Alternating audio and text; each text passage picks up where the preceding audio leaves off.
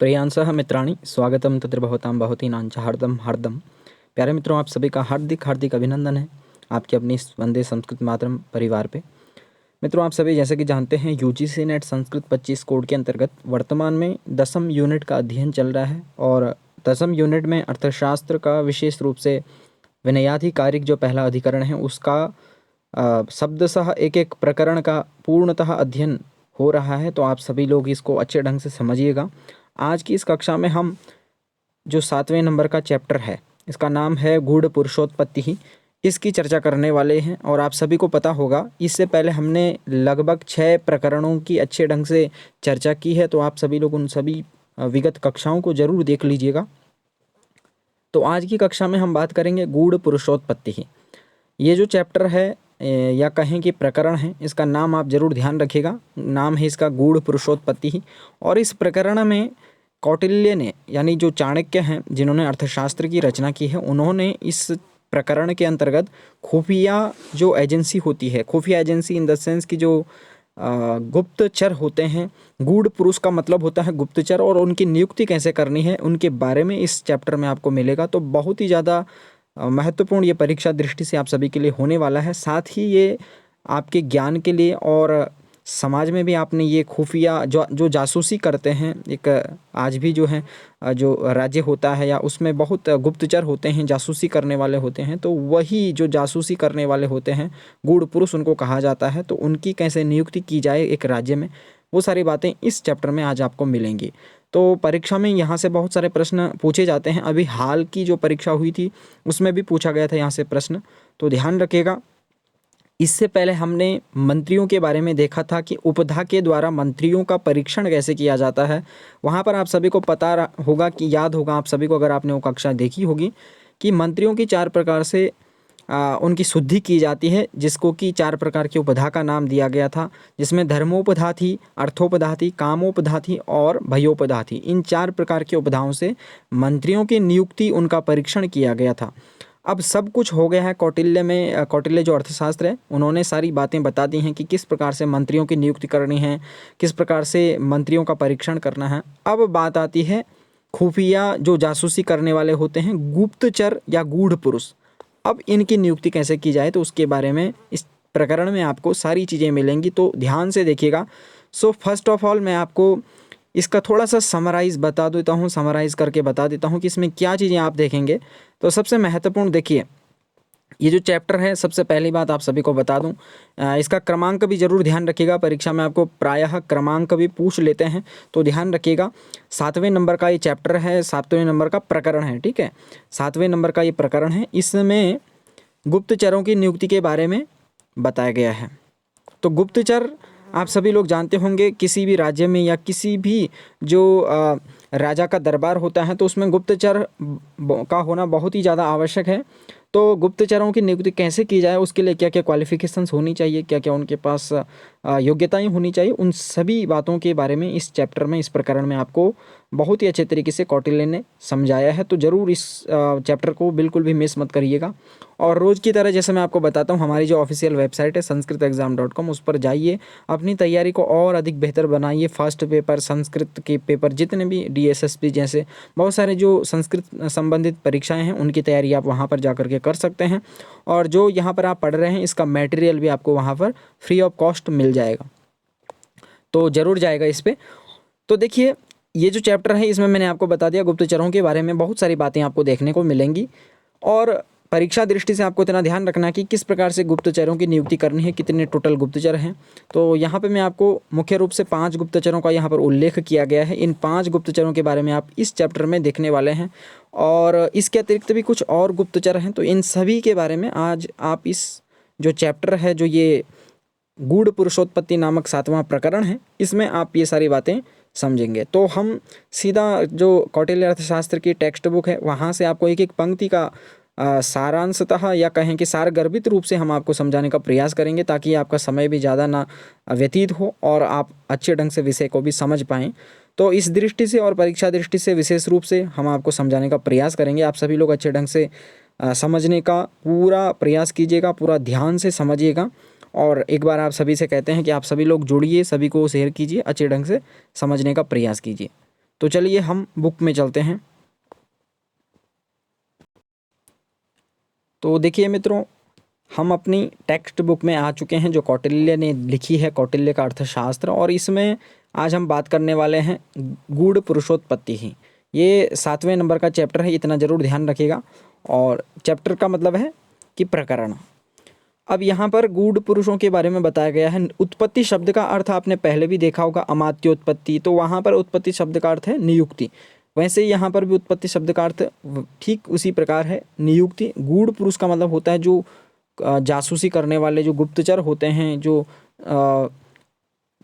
खुफिया एजेंसी होती है, उनके बारे में इस चैप्टर में आपको सारी बातें मिलेंगी। कैसे उनको अपने राज्य में नियुक्त करना है, एक राजा कैसे उसे अपने उन गुप्तचरों को राज्य में नियुक्त करे, ये सारी बातें आपको इस चैप्टर में मिलने वाली हैं। तो सबसे पहले देखिए, कौटिल्य ने लिखा है कि उपधाभिः शुद्ध अमात्य वर्गो गूढ़ पुरुषान उत्पादयेत।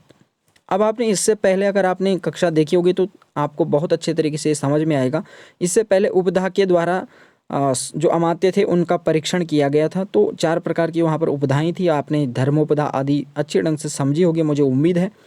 तो वहाँ पर आपने देखा होगा, पिछला जो चैप्टर था उसी से ये जोड़ते हुए कहते हैं कि उपधा भी शुद्ध अमात्य वर्ग। यानी इससे पहले जो अमात्यों का परीक्षण किया गया, तो अमात्य की परीक्षा करने के बाद 4 प्रकार के उपधाओं के द्वारा शुद्ध अमात्य वर्ग जब बन जाए, जब राजा अपने राज्य में शुद्ध प्रकार से अमात्यों की नियुक्ति कर दे, उनका शुद्धिकरण कर दे, उनका परीक्षण कर दे, तो उसके बाद फिर क्या हो, गूढ़ पुरुषान उत्पादित। उसके बाद गूढ़ पुरुषों को उत्पादित करे। उत्पादित करने का तात्पर्य है कि उनकी नियुक्ति करे। अब गूढ़ पुरुष का मतलब है जो गुप्तचर होते हैं, इतना ध्यान रखिएगा। तो गुप्तचरों को गूढ़ पुरुष कहा जाता है। तो गुप्तचरों की नियुक्ति करे, कब करे, तो पहले उपधा के द्वारा जब शुद्ध अमात्यों की जो परीक्षा हुई थी, शुद्ध अमात्यों का जब नियुक्तिकरण किया गया था, तो उसके बाद गुप्तचरों की नियुक्ति की जाए। अब गुप्तचरों की नियुक्ति की जाए, यहाँ पर कुछ गुप्तचरों की संज्ञा बताई गई है, कुछ गुप्तचरों का नाम दिया गया है, ज़रूर ध्यान रखिएगा, ये परीक्षा में पूछा जाता है। अब ये गुप्तचर कौन कौन है, तो कापटिक, उदास्थित, गृहपति, वैदेहक, तापस, व्यंजन। व्यंजन, ये जो व्यंजन शब्द का प्रयोग किया गया, तो ध्यान रखिएगा, व्यंजन का मतलब होता है, गुप्तचर को ही व्यंजन कहा जाता है। आप यहाँ पर कोई खाने वाला व्यंजन मत सोचिएगा, व्यंजन का मतलब है गुप्तचर। तो यहाँ पर कहते हैं कि कापटिक 1, उदास्थित 2, गृहपति 3, वैदेहक 4 और तापस 5। ये 5 गुप्तचर हैं, ये संज्ञाएं हैं इनकी, ठीक है, गुप्तचरों की संज्ञाएं हैं। कापटिक एक प्रकार का गुप्तचर होता है, उसका नाम कापटिक है। तो ये 5 प्रकार के जो गुप्तचर हैं, इनको व्यंजन भी कहा जाता है गुप्तचरों को। तो इन व्यंजनों को क्या करें, व्यंजनान उत्पादित, इनकी उत्पत्ति यानी इनकी नियुक्ति करे। कौन करे, तो राजा करे, या फिर जो अमात्य वर्ग है वह इनका परीक्षण करके इनकी नियुक्ति करे। तो ये 5 प्रकार के जो गुप्तचर आप देख रहे हैं, ये परीक्षा में आपको पूछे जा सकते हैं कि निम्नांकितेषु को न गुप्तचरेषु गण्यते। ऐसा आपको पूछा जा सकता है कि निम्न में से कौन सा गुप्तचर में नहीं आएगा, और ये ऑप्शन में होंगे, तो ध्यान रखिएगा, गुप्तचर इन्हें कहा जाता है। और इसके अतिरिक्त भी कुछ और गुप्तचर हैं, तो ये कौन कौन से हैं, तो इनको भी ध्यान रखिएगा। सत्री एक गुप्तचर होता है, तीक्ष्ण एक गुप्तचर होता है, रसद, भिक्षुकी, ये भी गुप्तचरों की संज्ञा है। गुप्तचरों कुछ अतिरिक्त गुप्तचर हैं, तो ये भी आप इस चैप्टर में, अगले चैप्टर में देखेंगे। तो ध्यान रखिएगा, ये बहुत ही महत्वपूर्ण प्रकरण है ये आपकी परीक्षा के लिए। और साथ में ही अगर आप आगे जाकर के कोई भी इस प्रकार की जॉब या इस प्रकार का ऑफिसर जैसे आप बनेंगे, तो वहाँ पर आपके लिए ये सारी बातें बहुत ही ज़्यादा महत्वपूर्ण होंगी, उपयोगी हो सकती हैं। क्योंकि कौटिल्य की एक एक बात, एक राज्य को चलाने के लिए राज्य का किस प्रकार से अच्छे ढंग से उसको संचालित किया जाए, इस संबंध में कौटिल्य का अर्थशास्त्र आज भी बहुत ज़्यादा प्रासंगिक है। तो ज़रूर इन सभी बातों को समझने का प्रयास कीजिएगा। तो ये गुप्तचर हैं, इनके नाम ध्यान रख लीजिएगा, और इनका क्या करना है, आप इनकी नियुक्ति करनी है।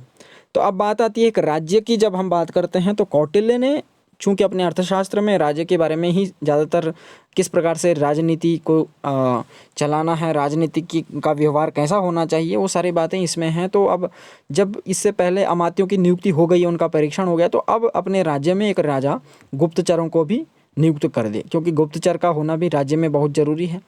तो अब बात आती है गुप्तचरों की, यानी खुफिया एजेंसी अपने राज्य में जासूसी करने वालों को भी रखे, ताकि कुछ लोग ऐसे होते हैं राज्य में जो उपद्रव करते हैं, तो उनकी जासूसी की जाए। या सबका जो है, अगर राज्य में गुप्तचर होंगे तो वो क्या करेंगे, गुप्त रूप से कुछ बातों को राजा के पास बताएंगे, जिससे कि राज्य अच्छे ढंग से चल पाएगा। तो अब देखिए, यहाँ पर आपने देखिए 5 गुप्तचर बताए। अब एक 5 ये जो 5 गुप्तचर हैं, इन पांचों गुप्तचरों का लक्षण यहाँ पर देते हैं, उनके बारे में बताते हैं कि इन गुप्तचरों का क्या काम है।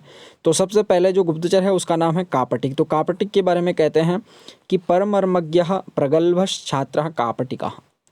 अब आपको शायद याद हो, अगर आपने पिछली कक्षा देखी हो, उसमें जो अंतिम उपधा थी भयोपधा, तो उसमें कापटिक छात्र के द्वारा ही परीक्षा ली गई थी। किसकी परीक्षा? अमात्यों की। तो कापटिक एक प्रकार का गुप्तचर होता है, और इसका लक्षण क्या है ये आपको परीक्षा में पूछा जा सकता है कि कह कापटिकः या परमर्मज्ञः कः या प्रगल्भः कः, ऐसा भी आपको पूछा जा सकता है। तो परमर्मज्ञः प्रगल्भश्च छात्रः कापटिकः। तो ध्यान रखिएगा, कापटिक किसे कहते हैं? जो दूसरे की सीक्रेट बातों को जानता है। परमर्मज्ञ का मतलब है दूसरे की जासूसी कर पाता है, दूसरे की कुछ गुप्त बातों को समझता है। यानी एक प्रकार का ऐसा गुप्तचर होता है ये, जो कि राज्य में कुछ लोग, जितने भी लोग होते हैं, उनकी बातों को उनकी गुप्त सीक्रेट बातों को समझता है, उनकी बातों के बारे उसे अच्छे ढंग से उनके बारे में पता होता है, उसे कहते हैं परमर्मज्ञ। और प्रगल्भ का मतलब होता है बिल्कुल दबंग होता है, डरता नहीं है, बिल्कुल हृष्ट पुष्ट होता है, दबंग होता है। और क्या होता है? छात्र के रूप में होता है। ठीक है, यानी एक छात्र होता है, और परमर्मज्ञ यानी औरों की बातों को जानता है, उनके बारे में उसे सारी चीज़ें पता होती हैं, और दबंग होता है, छात्र होता है, उसी का नाम कापटिक है, उसे कापटिक गुप्तचर कहा जाता है। ये आपको पूछा जा सकता है क्योंकि बहुत ही महत्वपूर्ण है। अब ये जो कापटिक गुप्तचर है ये क्या करेगा, इसका क्या काम है, तो उसके बारे में आगे बताते हैं कि जो ये कापटिक गुप्तचर है, तम अर्थमानाभ्याम उत्साह्य मंत्री ब्रूयात। तम कम, तो तम कापटिकम गुप्तचरम गूढ़ पुरुषम। उस कापटिक नामक गुप्तचर को, कैसा गुप्तचर है वो? परमर्मज्ञ, यानी दूसरों के मर्म को जानने वाला है, प्रगल्भ है, छात्र रूप में है।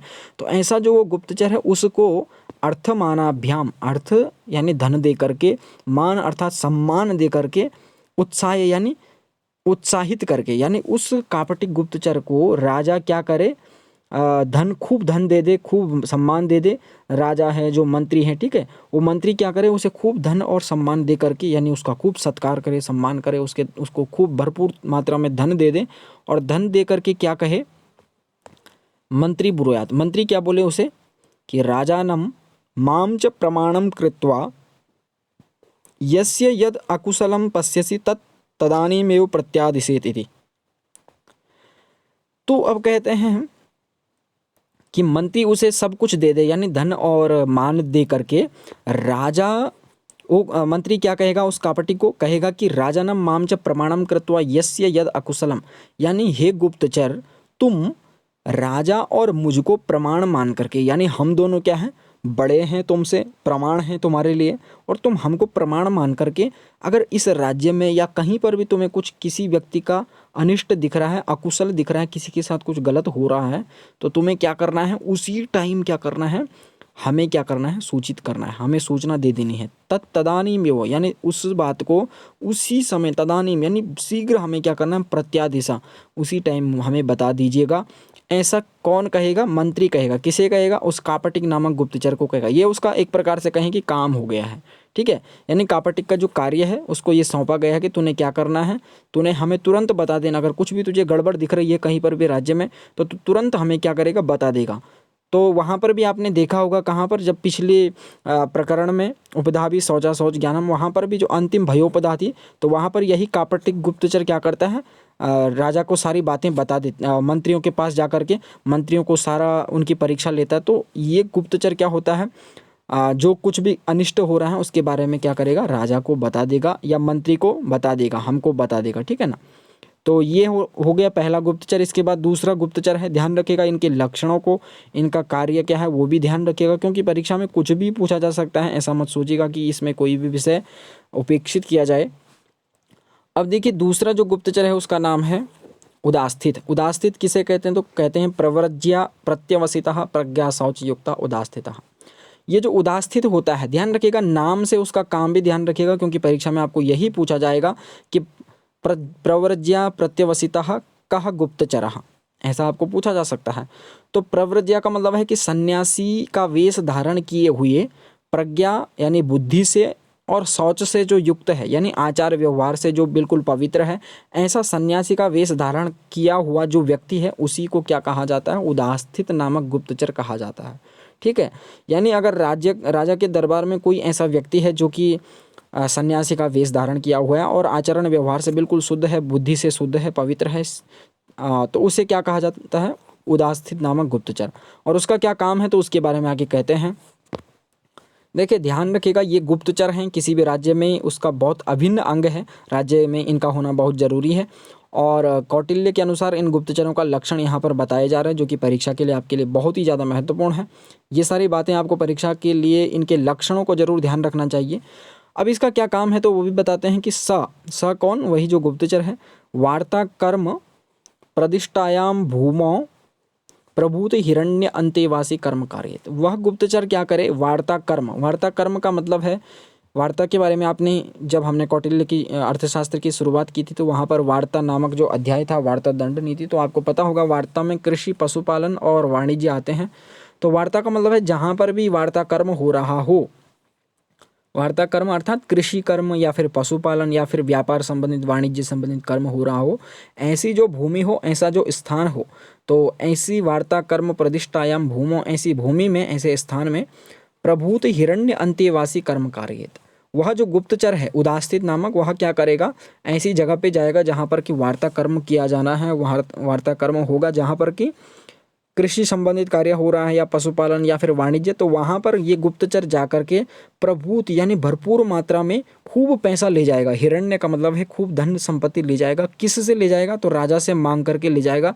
क्यों ले जाएगा, क्योंकि इसने क्या करना है, वार्ता कर्म आदि वहाँ पर करना है, कृषि का कर्म करना है, पशु पालने हैं या फिर वहाँ पर खूब सारा व्यापार करना है, तो इसके लिए खूब धन ले जाएगा। साथ में कुछ अंतेवासी भी ले जाएगा। अंतेवासी का मतलब है कि अपने समान ही कुछ सन्यासियों को ले जाएगा या फिर कुछ जो कार्य करने वाले छोटे छोटे विद्यार्थी लोग होंगे, अंतेवासी होंगे, उसके साथ रहने वाले होंगे, उनको भी वहाँ पर अपने साथ ले जाएगा और उन सभी से मिल करके क्या कराएगा, कार्य करवाएगा। यानी ये वार्ता संबंधित कार्य संपन्न करवाएगा। कौन, ये गुप्तचर। तो आपको स्पष्ट रूप से इसके बारे में पता लग गया होगा कि इसका क्या कार्य है और पिछले वाले का क्या कार्य था। ठीक है, तो ये क्या करेगा, वार्ता संबंधित कार्य करेगा। किसके साथ मिलकर के करेगा, अपने सहपाठियों, जो अपने इसके साथी होंगे, सहयोगी होंगे, उनके साथ, उनको भी ले जाएगा, साथ में खूब धन ले जाएगा, उनको भी धन देगा, सभी को धन से युक्त करके, धन दे करके ये कार्य संपन्न करवाएगा।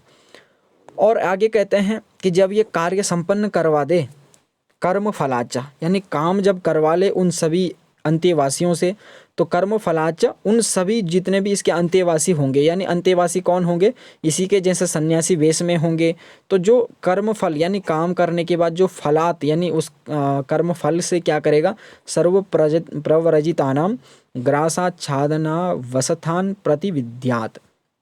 प्रतिविदध्यात।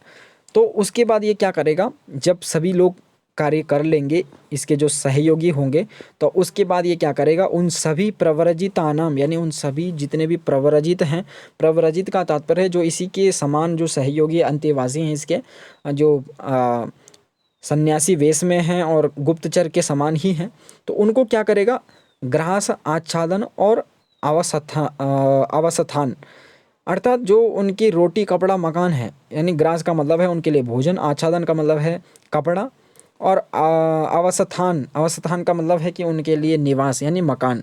तो उन गुप्तचरों को जो इसके साथ सहयोग कर रहे हैं कार्य में, उन सभी को क्या करेगा, कर्म फलात यानी काम होने के बाद में खूब धन आदि दे करके, और धन आदि देने का मतलब है कि रोटी कपड़ा मकान सारी चीज़ें उनको देगा। कौन देगा, यही जो गुप्तचर है, उदास्थित नामक गुप्तचर है। ठीक है, और भी कुछ और इसका काम है और भी इसे करना है, तो वो क्या है वो भी ध्यान दीजिएगा। आगे कहते हैं वृत्ति कामाश्चोप जपेत, और उसके बाद क्या करेगा, कुछ ऐसे लोग भी होंगे जो इनको देख करके इस काम को करना चाहेंगे, क्योंकि वहाँ पर क्या हो रहा है, रोटी कपड़ा मकान सब कुछ मिल रहा है इनको।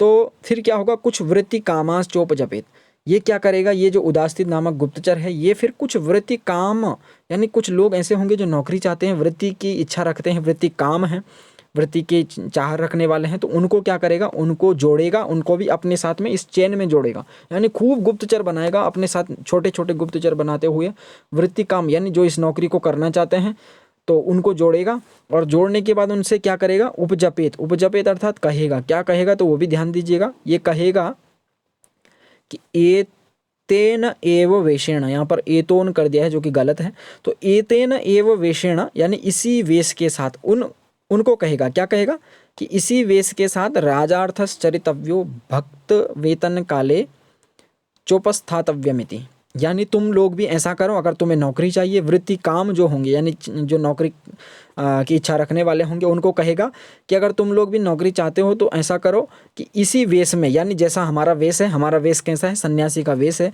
और हम बुद्धि से भी शुद्ध हैं और आचरण से भी शुद्ध हैं, प्रज्ञा शौच से युक्त हैं, तो हमारी तरह ही तुम्हें क्या करना है, हमारे ही वेश की तरह राजार्थस चरितव्यो, यानी राजा जो राज्य संबंधित कार्य है, यानी राजा का जो कार्य है उसको तुम्हें क्या करना है, संपन्न करना है, यानी हमारे जैसे ही तुम्हें वार्ता कर्म आदि करने हैं, और जब बारी आएगी वेतन की तो उस समय तुम्हें क्या करना है, राजा के सामने उपस्थित होना है और अपना वेतन ग्रहण करना है, यानी तुम्हें क्या मिलेगा, धन भी मिलेगा, और तुम्हें ये सारे काम हमारे साथ इस तरीके से करने, हमारा ही वेश तुम्हें धारण करना होगा, यानी अगर तुम हमारा कार्य करोगे तो उसके लिए पहले तुम्हें क्या करना होगा, आचरण से भी हमारी तरह होना पड़ेगा, और जो तुम्हारी यूनिफॉर्म है उसे भी चेंज करना पड़ेगा, क्योंकि जैसा देश वैसा भेष, तो उसी तरीके से तुम्हें चलना होगा। और उसके बाद कहते हैं कि सर्व प्रव्रजिताश्च स्वम स्वम वर्गम उपजपेयुः, और इस प्रकार से वो चेन जो है आगे बढ़ती रहेगी, यानी ये एक से दूसरे को जोड़ेंगे, और ये जितने भी हैं, ये जो नौकरी जिनको मिल गई है वो औरों को जोड़ेंगे, जैसे बिजनेस होता है, तो ये क्या करेंगे, सर्व प्रव्रजिताश्च, जितने भी अभी तक जो प्रव्रजिताश्च हो, जो प्रव्रजिता है यानी जो सन्यासी रूप में जो गुप्तचर हैं, उदास्थित के जो नीचे जो इसके जूनियर्स हैं, ठीक है, वो क्या करेंगे, स्वम स्वम वर्गम उपजपेयुः, वो भी ऐसे ही अपने अपने वर्गों में जा कर के अपने अपने वर्ग बनाएंगे छोटे छोटे, और उन सभी को क्या करेंगे, तैयार करेंगे इस कार्य के लिए, और उनको भी गुप्तचर के लिए तैयार करेंगे, और क्या करेंगे, उनसे भी कहेंगे कि तुम भी क्या करो, हमारे वे उपजपेयुः, उनसे कहेंगे, क्या कहेंगे कि तुम सब भी क्या करो, हमारी तरह ही यूनिफॉर्म पहन करके, यूनिफॉर्म धारण करके, वेशभूषा धारण करके राजा के कार्यों में क्या करो, लग जाओ, और अच्छे ढंग से तुम्हें धन भी मिलेगा। तो इस प्रकार से ये कर्म बिल्कुल चलता रहेगा। तो ये दूसरा गुप्तचर हुआ। अब तीसरा गुप्तचर देखिएगा। देखिए कुछ लोग कहते हैं हिंदी में कह दीजिए, ठीक है, तो हिंदी में आप यहाँ पर देख रहे होंगे, ये हिंदी भी वही है, और हिंदी में कहने में टाइम थोड़ा, क्योंकि हमने हिंदी पढ़ा नहीं है यहाँ पर, लेकिन हिंदी में सारी बातें वही हैं जो मैं आपको बता रहा हूँ। स्थायी गुप्तचर इन्हें कहा जाता है, ध्यान रखिएगा, इनकी नियुक्ति की जा रही है, गुप्तचरों की नियुक्ति। तो अब आपने देखा 2 गुप्तचर तो यहाँ पर नियुक्त हो चुके हैं, यानी इनके बारे में सारी बातें बता दी हैं कौटिल्य ने। अब जो तीसरा गुप्तचर है उसके बारे में देखिए, उसका नाम आपको पहले ही, आपको सबसे पहले हमने इनिशियली बता दिया था कि गुप्तचर कितने हैं, 5 गुप्तचर मुख्य हैं, और आपको क्रमानुसार उनको ध्यान रखना है, और उनका लक्षण यहाँ पर अच्छे ढंग से समझना है। अब जो 5वें नंबर का गुप्तचर है इसे भी ध्यान रखिएगा, सॉरी तीसरे नंबर का ये गुप्तचर है, इसका नाम है गृहपतिक। इसका लक्षण क्या है, कृषक कर्षको वृत्ति क्षीण प्रज्ञा शौच युक्तो गृहपतिक व्यंजन। तो व्यंजन का मतलब ध्यान रखिएगा, यहाँ पर फिर व्यंजन का प्रयोग कर दिया है कौटिल्य ने। व्यंजन का मतलब है गुप्तचरा, गूढ़ पुरुषा, गृहपति गूढ़ पुरुषा, ऐसा आप कह सकते हैं इसे। व्यंजन का मतलब आप कहीं ऐसा मत समझिए कि चाउमीन मोमो बर्गर या खाने वाली कोई व्यंजन, ठीक है, डिश मत समझिएगा, या फिर व्यजन मत समझ दीजिएगा जो पंखा होता है। तो ध्यान रखिएगा, कर्षको वृत्ति क्षीण, ये जो गृहपति होता है इसका क्या लक्षण है, ये कृषि कर्म करने वाले यानी फार्मर होता है, किसान होता है, और इसके पास कोई जॉब नहीं होती है, वृत्ति से क्षीण होता है। अब देखिए वृत्ति से क्षीण होता है मतलब इसका ये दिखावा है, क्योंकि इसे तो जॉब कहाँ मिल रखी है, राजा के दरबार में तो ऑलरेडी से गुप्तचर की जॉब मिल रही है, लेकिन ये क्या करेगा, वृत्ति से पहले क्या रहेगा, वृत्ति से क्षीण रहेगा, यानी इसके पास कोई जॉब नहीं है, और ये कृषि कर्म करने वाला रहेगा, और प्रज्ञा शौच से ये युक्त होना चाहिए, यानी जैसा पहले बताया कि प्रज्ञा शौच यानी आचरण व्यवहार बुद्धि से शुद्ध होना चाहिए, वैसे ही ये भी वैसा ही होना चाहिए। और इसका क्या काम है तो वो भी बताएंगे। वो कहते हैं कि ये जो गृहपतिक नामक जो गुप्तचर है ये क्या करेगा, ये सकृषि कर्म प्रतिष्ठायाम भूमो, अब ये क्या करेगा, जहाँ पर कृषि कार्य हो रहा हो ऐसे स्थान में जाकर के, ऐसी भूमि में जाकर के, ऐसे खेत जो होंगे वहाँ जाकर के उन खेतों में खूब कृषि करने के लिए, कृषि कर्म करने के लिए ये क्या करेगा, समानम पूर्वेण, यानी जैसे पिछले वाले गुप्तचर ने किया था वैसे ये भी करेगा। क्या किया था पिछले वाले गुप्तचर ने, सेम चेन बनाई, छोटे छोटे अपने समान ही कुछ गुप्तचरों को, ऐसे ही लोगों को जोड़ा और उनसे कहा कि तुम भी हमारी तरह वेशभूषा धारण करो, तुम भी इस काम को करो, तुम्हें धन मिलेगा और उसके बाद तुम धन प्राप्त करोगे और तुम भी छोटे छोटे और वर्ग बना करके सबको जोड़ो।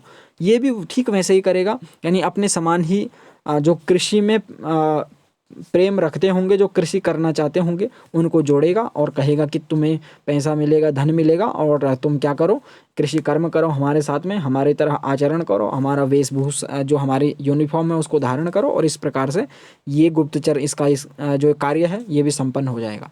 तो ध्यान रखिएगा ये भी पिछले वाले गुप्तचर की तरह ही कार्य करेगा। जैसे आपने यहाँ पर देखा था सेम ये भी वैसा ही करेगा, खूब धन राजा से लेगा, धन लेने के बाद जो भी कार्य करने वाले होंगे इसके अंडर में उन सभी को खूब रोटी कपड़ा मकान देगा, यानी जब वो कार्य करेंगे तो उनको रोटी कपड़ा मकान देना भी ज़रूरी है।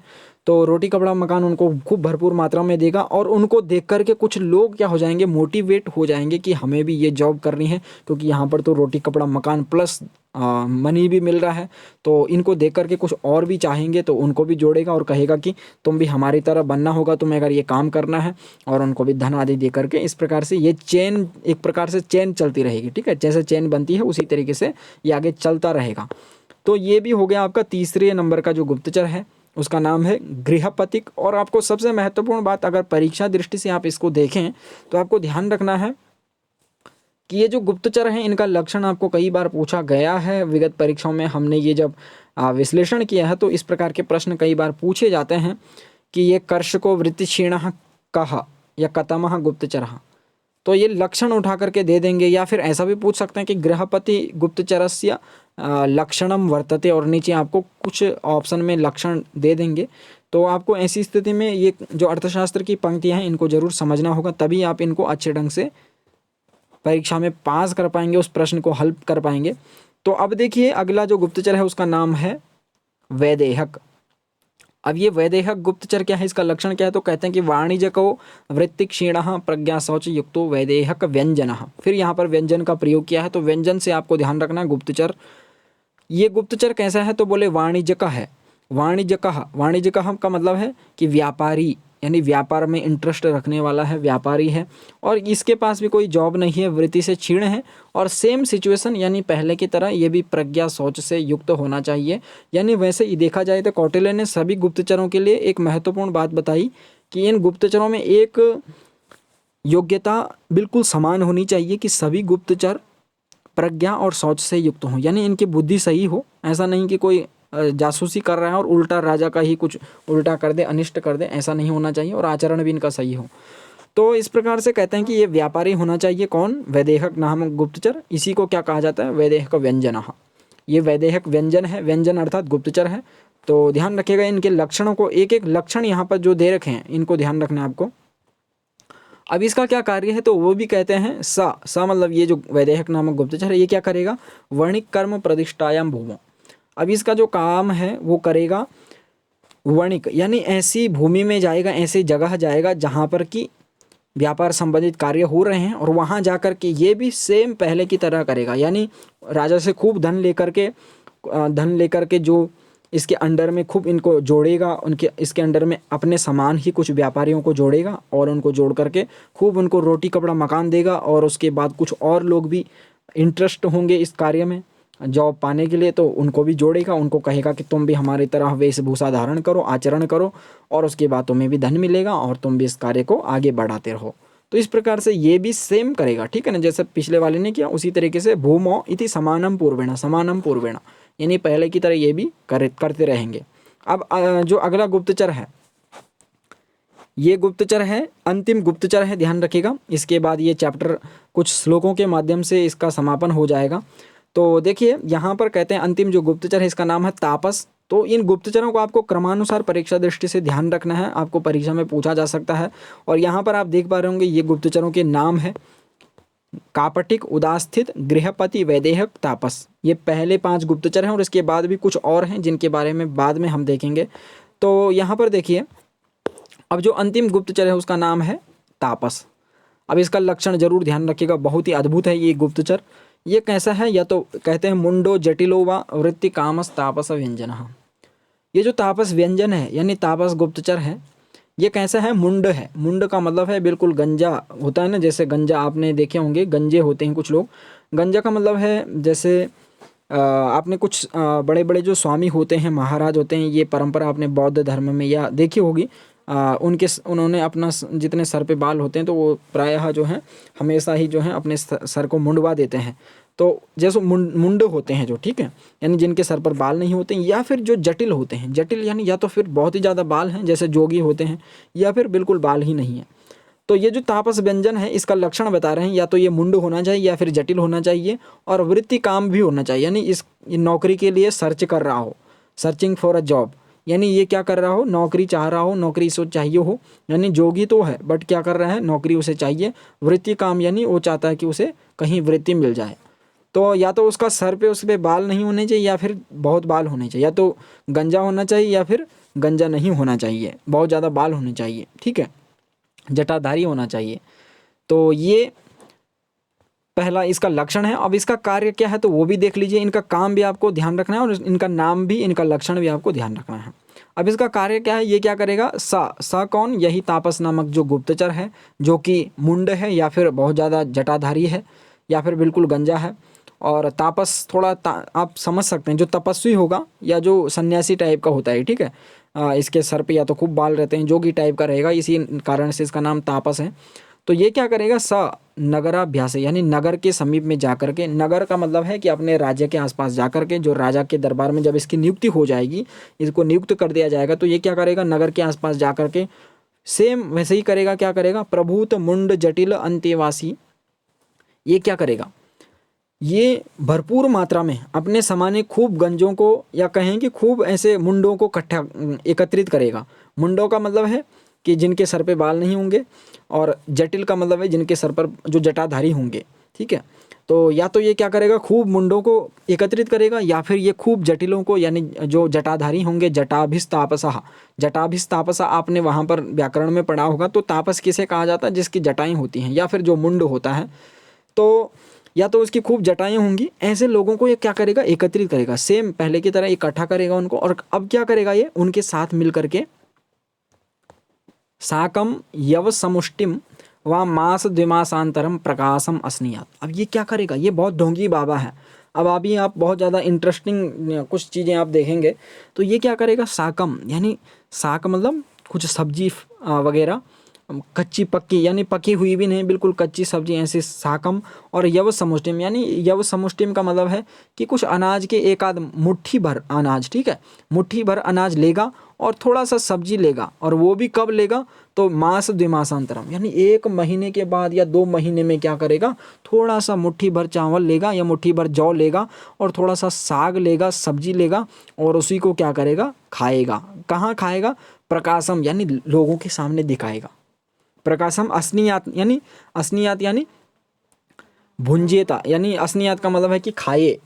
कौन खाए, जो ये जटाभिस्तापसा, जो तापस नामक गुप्तचर है, ये क्या करेगा, अपने समानी खूब मुंडों को इकट्ठा करेगा, एकत्रित करेगा। मुंड का मतलब है गंजों को इकट्ठा करेगा, या जटाधारियों को इकट्ठा करेगा, एकत्रित करेगा। उसके बाद उनके साथ में लोगों को दिखाने के लिए क्या करेगा, महीने 2 महीने में थोड़ा सा भोजन करेगा। थोड़ा सा भोजन मतलब थोड़ा सा साग लेगा और थोड़ा सा 1 मुट्ठी चावल लेगा, 1 मुट्ठी जौ लेगा, और तब खाएगा। तो लोग कहेंगे अरे ये तो बहुत बड़े सच में तपस्वी हैं, तापस हैं।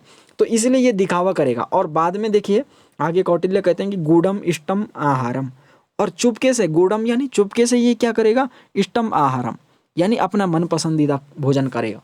यानी लोगों को दिखाने के लिए, तो 1 महीने 2 महीने में ये लोगों को दिखाने के लिए क्या करेगा, थोड़ा सा 1 मुट्ठी चावल ले लेगा और थोड़ा सा साग ले लेगा, और अपने समान जो मुंड होंगे, जो गंजे होंगे, इसके साथी होंगे, उनके साथ में कहेगा कि हम तो ऐसा खाते हैं। यानी ढोंगी बाबा एक प्रकार से बिल्कुल जैसा ढोंगी होता है।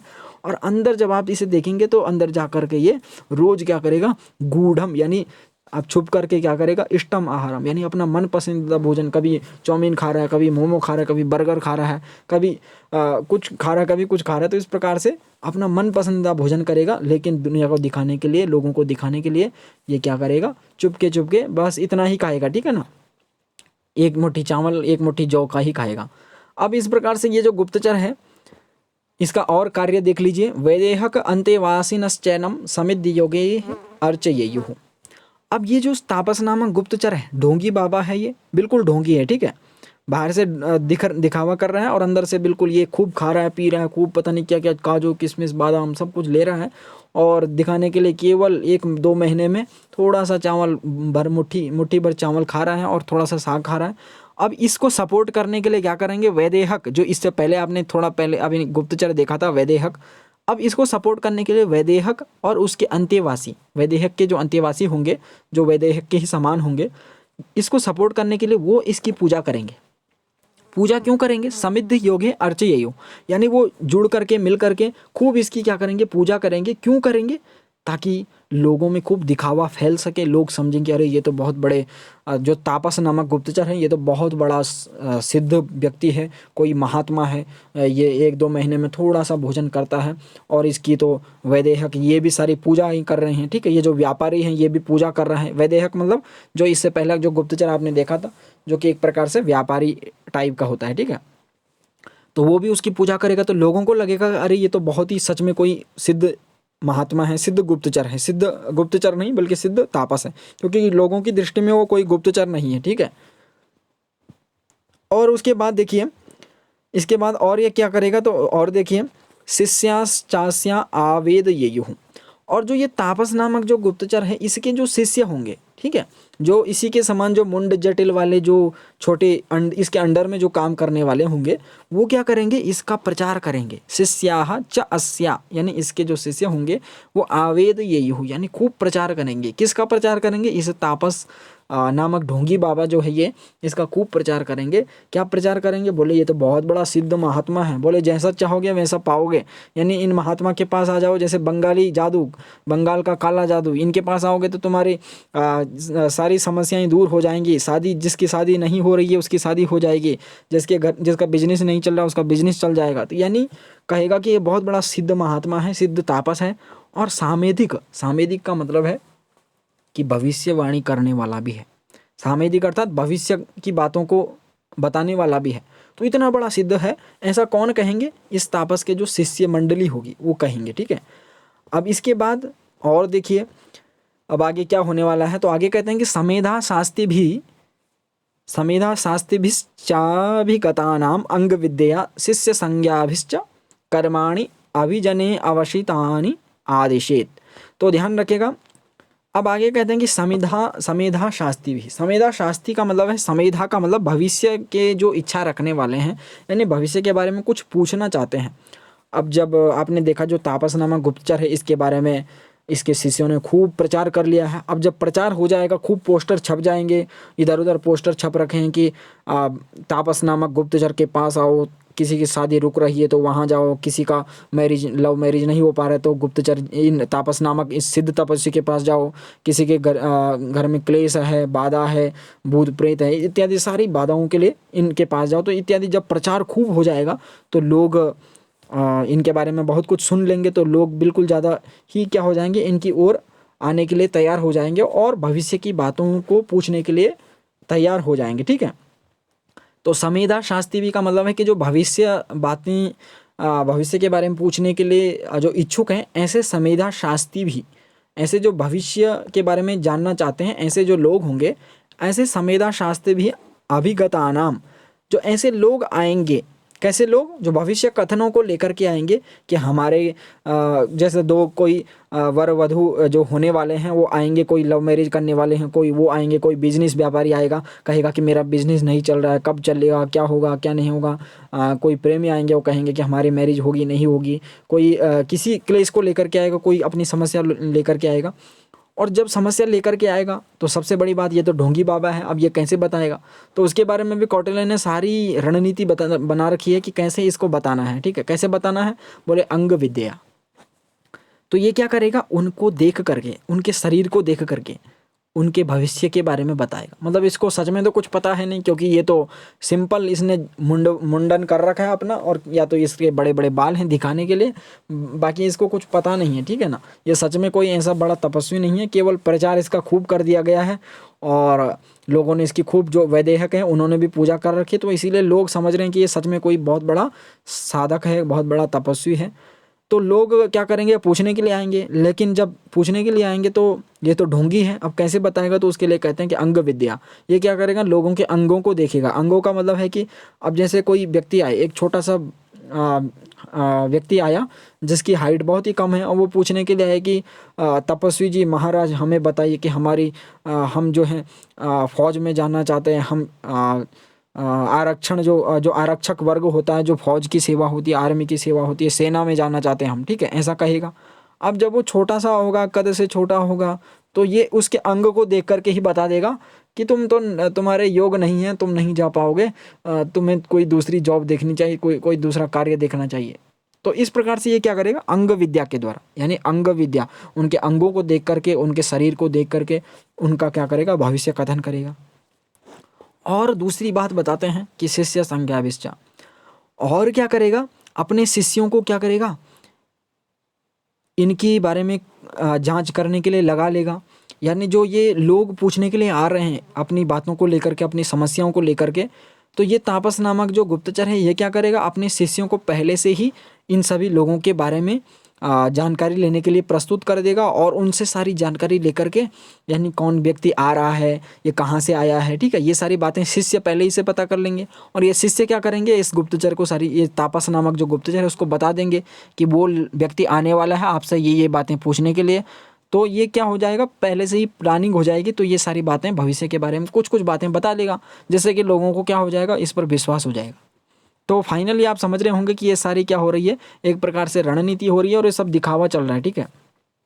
और इस प्रकार से ये गुप्तचर क्या करे, ये जो तापस नामक बिल्कुल मुंड है, जटिल है, जो ये ऐसा ये भेष में है, तो ये क्या करेगा, कर्माणि अभिजने अवशितानि आदिशित, इस प्रकार से सभी लोगों का भविष्य कथन करेगा। कर्माणि यानी उनके क्या क्या कर्म हैं, किसी को बोलेगा कि तुम्हारे फ्यूचर में ये कार्य बहुत ही ज़्यादा सफल होने वाला है, किसी को कहेगा कि तुम्हारे लिए ये अच्छा है, किसी को कहेगा तुम्हारे कुंडली में ये योग नहीं है, तुम्हारे भविष्य में ऐसा नहीं है, तुम ऐसा नहीं कर पाओगे, ठीक है। तो इत्यादि क्या करेगा, आदेश देगा उनको, ठीक है। और क्या क्या कहेगा, तो बोले अल्प लाभम अग्निदाहम चोर भयम दूष्य वधम, और भी कहा तुष्टिदानम विदेश प्रवृत्ति ज्ञानम इदम अद्य सो वा भविष्यति इदम वा राजा करिष्यति थी। और ये क्या क्या कहेगा, जो लोग पूछने के लिए आएंगे उन्हें कहेगा उनके अल्प लाभ, यानी उन्हें कम लाभ होने वाला है, उनको कहेगा कि तुम्हारा इस क्षेत्र में ज़्यादा लाभ नहीं होगा, इसीलिए तुम इस काम को मत करो। उन्हें अग्निदाह के बारे में बताएगा, यानी तुम कहीं जल न जाओ, कहीं बिजली तुम पर न गिर जाए, या कहीं उनको खतरों के बारे में बताएगा कि तुम्हारे साथ क्या क्या खतरे हो सकते हैं, या तुम्हें बिजली के काम नहीं करने चाहिए, अग्निदाह हो जाएगा, चोर से तुम्हें भय है, ठीक है। दूष्य वधम तुष्टिदानम, उन्हें कहेगा कि अगर तुम किसी को कुछ कथन बताएगा, किसी के बारे में कुछ कथन करेगा, किसी को कहेगा कि दूष्य वधम, यानी किसी का तुम अगर वध करते हो तो तुम्हें खूब पैसा मिलेगा, धन मिलेगा, ठीक है। और विदेश प्रवृत्ति ज्ञानम, किसी के बारे में कहेगा कि तुम्हारे विदेश जाने के योग हैं, ठीक है, किसी को कहेगा कि तुम्हारे विदेश जाने के योग नहीं है। तो ये सारी बातें क्या करेगा, वो जो तापस नामक ढोंगी जो बाबा है, ढोंगी गुप्तचर बना हुआ है, ये सारे लोगों की जो समस्याएं हैं, लोग अपने अपने भविष्य के बारे में पूछने के लिए जो आ रहे हैं, उनको क्या करेगा, एक तो उनके शरीर को देख करके कुछ भविष्य कथन करेगा, दूसरा अपने शिष्यों से उनके बारे में जानकारी लेकर के उनके भविष्य के बारे में बताएगा। और क्या क्या भविष्य के बारे में क्या क्या बताएगा, बहुत सारी बातें बताएगा, साथ में उनके लाभ के बारे में बताएगा, उनकी हानि के बारे में बताएगा, आगे उनको कहाँ लाभ होने वाला है, किस व्यापारी को कहाँ लाभ होगा, किसको कहाँ हानि होगी, किसको चोर से भय है, किसका क्या नुकसान होने वाला है, किसके विदेश जाने के योग हैं, किसकी मैरिज होने वाली है, किसकी लव मैरिज होगी, किसकी अरेंज मैरिज होगी, ये सारी बातें क्या करेगा, वो बताएगा। जो जैसा प्रश्न पूछेगा उसको वैसा उत्तर देगा, ठीक है। इदम अद्य सो भविष्य, ये आज होगा, वो कल होगा, ठीक है, या ये आज होगा या फिर नहीं होगा या फिर कल होगा, ये सारी बातें क्या करेगा, वो तापस नामक जो बाबा बना हुआ है, ढोंगी बाबा, वो बताएगा। या राजा इदम करिष्यति थी, या राजा ये काम करेगा, राजा ठीक करेगा, राजा गलत करेगा, राजा तुम्हारे साथ ऐसा करेगा। मतलब जितने भी भविष्य संबंधित बातें हैं, कथन हैं, उन सभी को बताएगा। भूत संबंधित भूतकाल के बारे में बताएगा, भविष्य काल के बारे में बताएगा। और ये सारी बातें कैसे बताएगा? केवल और केवल दिखावटी रूप से, यानी ये सच में इसको सारी बातें पता नहीं है, ये केवल कुछ रणनीति बना करके उन लोगों के बारे में पहले से जान करके इन बातों को बताएगा, क्योंकि ये सच में कोई ऐसा बड़ा तापसी नहीं है, तापस व्यक्ति नहीं है। ठीक है, तो ये आपको क्लियर हो गया होगा। ये गुप्तचर थोड़ा इसके बारे में काफ़ी ज़्यादा यहाँ पर दिया हुआ है, तो इनको ध्यान रखिएगा, क्योंकि परीक्षा में आपको कुछ भी पूछा जा सकता है। मुझे लगता है आपको ये सारी बातें क्लियर हो गई होंगी। तो कंक्लूज़न में आपको बता देता हूँ कि ये जो गुप्तचर है ये एक प्रकार से सन्यासी वेश में है। इसके या तो बहुत बड़ी जटा है या फिर ये गंजा है, और अपने समान ये कुछ ऐसे गंजों को इकट्ठा करके, एकत्रित करके, या फिर ऐसे जटाधारियों को इकट्ठा करके अपने समानी लोगों को दिखाने के लिए तो बहुत कम खाएगा, 1-2 महीने में थोड़ा सा चावल खाएगा, और अपने आप पीछे अपने जब कुटिया में जाएगा तो वहाँ पर खूब खा रहा है, खूब अपना मन पसंदीदा भोजन कर रहा है। कभी दाल चावल सारी चीज़ें, सब्जियाँ, 50 प्रकार के व्यंजन वो क्या कर रहा है, भोग कर रहा है उनका। तो ये इस प्रकार का गुप्तचर है, दिखावा कर रहा है, लेकिन समाज के सामने या लोगों के सामने ये इसने अपना पूरा प्रचार कर लिया है। इसके शिष्यों ने इसका पूरा प्रचार कर लिया कि ये बिल्कुल सिद्ध महात्मा है, भविष्य की बातें बताने वाला है, आप सभी लोग आओ इनके पास, और उसका खूब प्रचार कर रहे हैं। ठीक है ना, तो इस प्रकार से ये जो है अंतिम गुप्तचर है। और इसके बाद अब देखिए यहाँ पर कौटिल्य ने अंत में बताया, यहीं पर इसका समापन हो जाता है। तो यहाँ पर कौटिल्य कहते हैं कि तदस्य गूढ़ः क्षत्रियणश्च संवादयेयुः। अब कहते हैं कि तद अस्य गूढ़ाः क्षत्रियणश्च संवादयेयुः। और जो क्षत्रिय, आपको बताया हमने कि गुप्तचर 5 प्रकार के मुख्य गुप्तचर हैं, और उसके अतिरिक्त भी क्षत्रिय, तीक्ष्ण, रसद, कुछ और गुप्तचर भी आपको बताए। तो जो क्षत्रिय आदि जो क्षत्रिय गुप्तचर हैं वो क्या करेंगे, जो क्षत्रिय आदि गुप्तचर हैं वो क्या करने वाले हैं, इनका खूब क्या करेंगे, प्रचार करेंगे, इनके साथ खूब मिले जुले रहेंगे। कौन? जो क्षत्रिय आदि गुप्तचर है। किसके साथ मिले रहेंगे? ये तापस के साथ, जो ये तपस्वी ढोंगी बाबा है, इसके साथ खूब मिलजुल करके रहेंगे, इसका प्रचार करेंगे, वो भी इसी के साथ क्या करेंगे, जुड़े रहेंगे। ठीक है ना। और यहाँ पर एक बहुत बड़ी कंडीशन बता दी है कि देखिए, जब ये तापसी नामक जो ये गुप्तचर है, जो बाबा बना हुआ है, ढोंगी बाबा, अब जब ये लोगों का भविष्य कथन करेगा तो एक सिचुएशन ऐसी आ सकती है कि कोई ऐसा व्यक्ति होगा जो पूछने के लिए आएगा। अब वो व्यक्ति बहुत चतुर होगा, ठीक है, बहुत तेज होगा, और अगर उसे पता लग जाए कि ये ढोंगी बाबा है तो बहुत बड़ी समस्या हो जाएगी। तो अगर कोई ऐसा व्यक्ति आ जाए जिसके पास बहुत अच्छी प्रज्ञा है, जो सत्वा यानी उसकी अच्छी बुद्धि है, प्रज्ञावान है, वो वाक्य यानी अच्छी उसकी वाक शक्ति है, तो वाक्य शक्ति आदि यानी सभी चीज़ों से संपन्न व्यक्ति, यदि कोई चतुर व्यक्ति आ जाएगा, और ऐसा चतुर व्यक्ति यदि उसके पास प्रश्न पूछने के लिए आएगा उस तापस के पास, तो क्या हो जाएगा, तापस के लिए मुसीबत आ जाएगी। तो ऐसी स्थिति में तापस क्या करेगा, सत्व प्रज्ञा वाक्य शक्ति संपन्नानाम, उनको क्या करेगा, उनके लिए राजभाव्यम अनुव्याहरेन मंत्री संयोगम चा, उनके लिए क्या प्लानिंग बनाएगा, उनको ये क्या करेगा, लोभ दे देगा। उनको कहेगा कि तुम्हें तो अब जल्द ही तुम्हें राजा का लाभ मिलने वाला है, यानी राजा से तुम्हें धन की प्राप्ति होने वाली है। और इतना सुनते ही वो क्या हो जाएंगे, खुश हो जाएंगे, और उन्हें लगेगा कि ये सच कह रहा है या झूठ कह रहा है उन्हें। और बाद में क्या करेगा, पूरी प्लानिंग बना करके अपने मंत्रियों के साथ में सच में राजा के द्वारा इनको कुछ धन दिला देगा, जिससे कि उनको विश्वास हो जाएगा। ठीक है, तो राजभाव्यम अनुव्याहरेन, ठीक है, यानी वो क्या करेगा, जो ऐसा कोई व्यक्ति आ जाए जो कि बहुत तेज है, बहुत ही चतुर है, और अगर उसे पता लग जाए कि ढोंगी बाबा है, तो ऐसी स्थिति में वो क्या करेगा, अगर उसे संदेह हो गया ढोंगी बाबा पे, तो वो उसे क्या करेगा, राजभाव्यम यानी राजा का लोभ दे देगा कि तुम्हें धन की प्राप्ति होने वाली है। और सच में क्या करेगा, अपने मंत्रियों को बोलेगा, मंत्रियों के साथ संयोग करके उनके साथ प्लानिंग बना करके थोड़ा सा धन आदि लेकर के राजा से उनको धन दे देगा, जिससे कि उसको विश्वास हो जाएगा कि ये सच में कोई सिद्ध बाबा है, सिद्ध तापस है। ठीक है, तो यहाँ तक आपको क्लियर हो गया।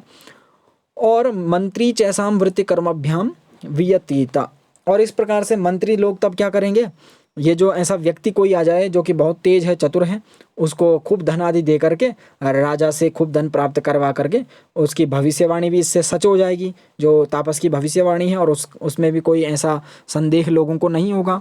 वो जो दिखावा कर रहे हैं वो भी चलता रहेगा उसका, और इस प्रकार से मंत्री क्या करेंगे, जो ऐसा व्यक्ति होगा उसको भी इस काम में, इस कार्य में जोड़ लेंगे, उसको भी वृत्ति कर्म के द्वारा वियतेता, यानी उसे भी वृत्ति कर्म दे देंगे, उसे भी राजा के दरबार में कोई जॉब दे देंगे, कोई कार्य दे देंगे, धन दे देंगे, ठीक है, कोई कार्य सौंप देंगे। तो इस प्रकार से वो भी क्या हो जाएगा, इन्हीं में शामिल हो जाएगा। मतलब कहने का मतलब यह है कि कोई अगर इन केस अगर कोई ऐसा व्यक्ति आ जाए जो कि बहुत तेज है, चतुर है, और अगर उसे संदेह हो जाए, ढोंगी बाबा अगर वो पकड़ ले, तो ऐसी स्थिति में ढोंगी बाबा को अगर वो पकड़ने में समर्थ हो जाता है, होने वाला है, तो ऐसी स्थिति में वो क्या करेगा, तापस वो अपने मंत्री आदियों से कुछ पहले ही उसकी गुप्त बातें रहेंगी, और क्या करेगा, राजा का लोभ दे देगा कि राजा से तुम्हें धन प्राप्ति होने वाली है, और उसको भी अंत में अपने साथ ही मिला लेगा, यानी वहीं जोड़ देगा, और बाद में वो भी क्या हो जाएगा, इन्हीं के चक्कर में, यानी उसे भी कुछ पता नहीं चलेगा कि अंदर क्या हो रहा है और बाहर क्या चल रहा है, ठीक है। तो कहने का टोटल जो ओवरऑल जो कंक्लूजन है यही है कि ये गुप्तचर अपना अपना काम करते रहेंगे, और बिल्कुल गुप्त तरीक़ों से करते हैं, इसीलिए इनका नाम गुप्तचर है, गूढ़ पुरुष इनको कहा जाता है। अब एक और बात इन्होंने यहाँ पर बताई कि ये च कारणाद अभिक्रुद्धास्तान अर्थमानाभ्याम समयेत। अब कहते हैं कि जो व्यक्ति कारणात यानी किसी कारण से, अभिक्रुद्धात अभिक्रुद्ध हैं, यानी राजा के प्रति जिनको किसी कारण से, यानी राजा के साथ जो क्रोधित हो रखे हैं, यानी राजा से जिनको गुस्सा है, राजा पर जो गुस्सा करते हैं, ऐसे जो राजा के बैर दुश्मन हैं, विरोधी हैं, उनको क्या किया जाए, बोले उनको अर्थमानाभ्याम समयेत, उनको थोड़ा धन दे करके, थोड़ा सम्मान दे करके शांत कर दिया जाए। अब देखिए, जब कोई व्यक्ति नाराज रहता है या कोई व्यक्ति क्रोधित रहता है, अगर आप उसे थोड़ा धन आदि दे दें या सम्मान दे दें तो वो व्यक्ति खुश हो जाएगा, ठीक है। इसी प्रकार से उनके साथ ये रणनीति क्या करनी है, फॉलो करनी है, इस रणनीति का प्रयोग करना है, ठीक है। यानी उनको धन आदि दे करके खुश कर देना है, और क्योंकि राजा के राज्य में कोई आँच नहीं आनी चाहिए, उसके गुप्तचरों पर कोई आँच नहीं आनी चाहिए। ऐसा ना हो कि गुप्तचरों की जो गुप्त नीतियाँ हैं वो पता लग जाएँ कि ये ढोंगी बाबा है, ऐसा नहीं होना चाहिए, ठीक है। तो इसीलिए क्या करेगा, उनको अर्थमान के द्वारा खुश कर देगा, शांत कर देगा। लेकिन कुछ ऐसे लोग भी होंगे जो बिना कारण से ही राजा से क्या होंगे, क्रोधित होंगे, यानी जिनका कोई कारण नहीं होगा पर वो राजा से क्रोधित हैं, वो राजा को चाहते ही नहीं है।